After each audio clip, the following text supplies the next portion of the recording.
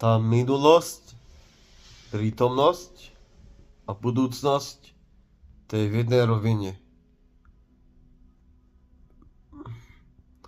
V čase on není. Reálne. Budúcnosť sa už stala v istém zmyslu. Ale sú rôzne variácie podľa vás. A v realite, co spravíme teraz, má efekt na budúcnosť. To sa volá motýlí efekt. Dneska som měl silné deja vu. Že proste, že toto už bylo, toto sa už stalo, ale tak intenzívne.